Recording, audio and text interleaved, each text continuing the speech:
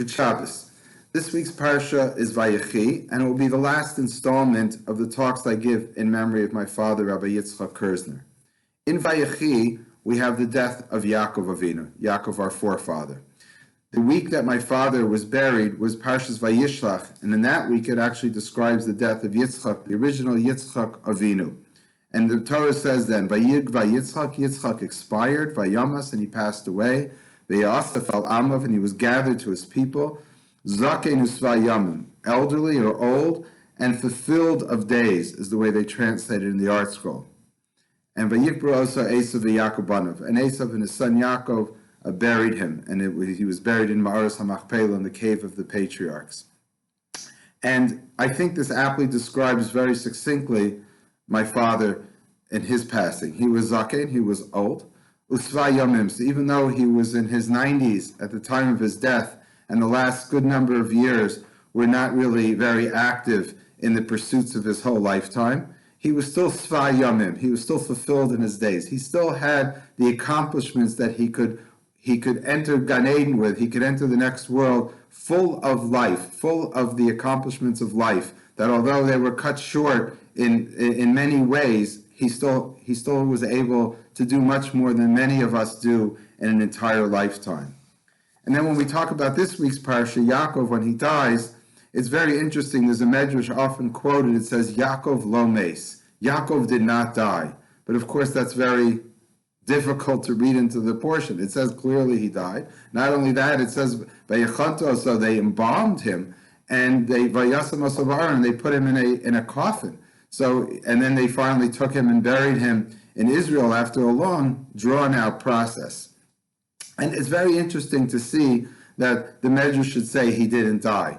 And simply almost everybody explains, of course they know that Yaakov died, but it's saying what's obvious to all of us. Yaakov, he left 12 Shvatim, he left 12 tribes, he left a family, he left him the potential to grow a nation.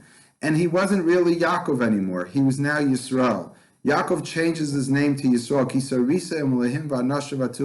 He strove with God or angels and with men, and he was victorious. He was successful.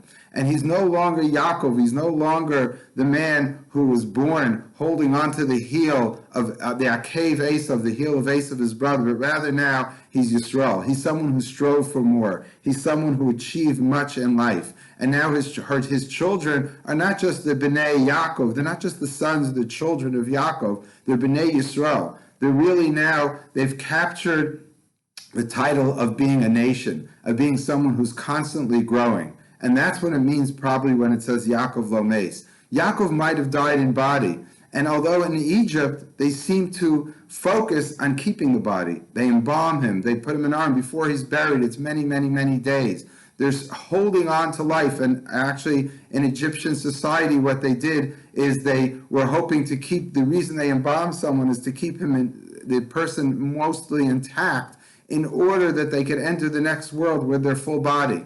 And that attachment to the physical world is something that we realize is an empty dream.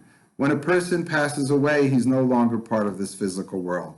What's left is really his Yisrael. What's left is his striving, his accomplishments in life. And that's what we have to hope for, that Yaakov didn't die because now he becomes Yisrael. He is the future of the people of Israel. And therefore it's quite fitting in this portion that we have Yaakov before he dies, he makes sure to bless all of his children. That he goes out and the last thing he does is really to tell his children their potential in life. But what's even more interesting is in the very beginning, when he calls Yosef in and he wants to give him a blessing, he doesn't just give Yosef a blessing as he does all the other sons and a later scene in the story. But rather he says, Yosef brings Shnei Vonecha, he brings the two sons. And he says, these two sons, Shnei Vonecha Nolodim L'chaber, which were born to you in the land of Egypt before I came, Liheim, he says, they are mine. Ephraim and Menashe, Reuven and Shimon Yili. Ephraim and Menashe, my two grandchildren, the two grandsons that I have from you, Yosef, will be as if they're my sons like Reuven and Shimon. right? And Yosef said, when he was asked, he said, who are they? He says, no, they're my children. And Yaakov says, no, they're my children. Lihem, they're mine.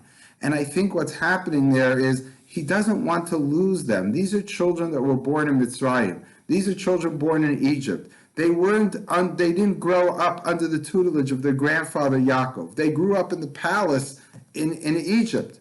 It's a different life.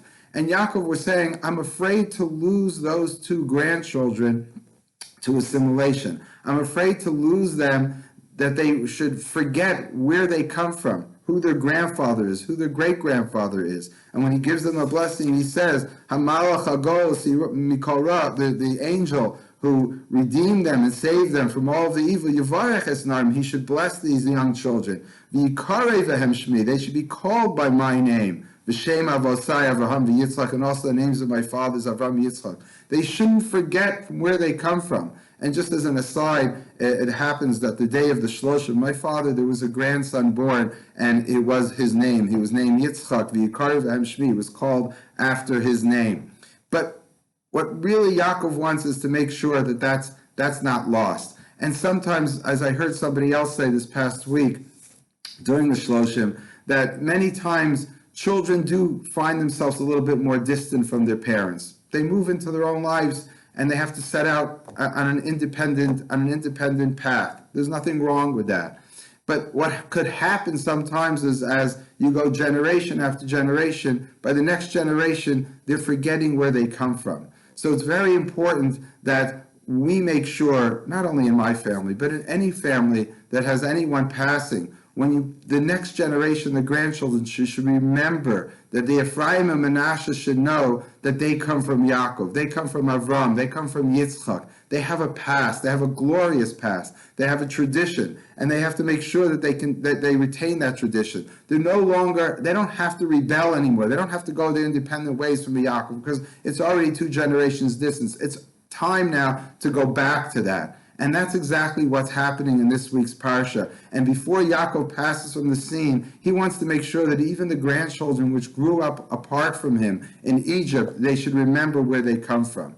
And if we do that with our children, we do that with the next generation, if we remember where we're coming from, if we remember our past, we remember our traditions, if we remember the history of our family and of our people, our community, our nation, then I think we have a glorious future. And in a sense, that's really what happened when it says later on in Shemos that the people became a people, the people of Klal Yisrael, the Jewish people. It says, the Medrash says, why were they Zocha? Why did they merit having a nation? It says because they didn't change, because they were Sholem, they were complete. The Shin is they didn't change their Shmam, their names. The Lamed is they didn't change the Lashonim, their language.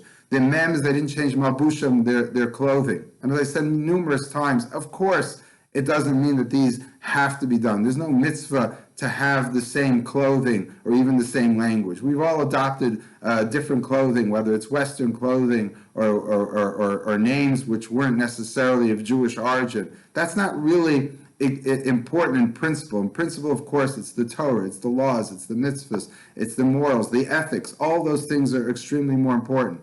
But what the 3 things of Shmam, Lashonim, Mabushim, the names, their language, and their clothes do, it's a reminder that where do you come from? When you have a name, you're named after your grandfather, your great-grandfather, or even your language, your words, your choice of words, or your clothes. You wear something, whether it's a talis or a kittel, or anything, piece of clothing, which reminds you of the past. That's what links you to the past.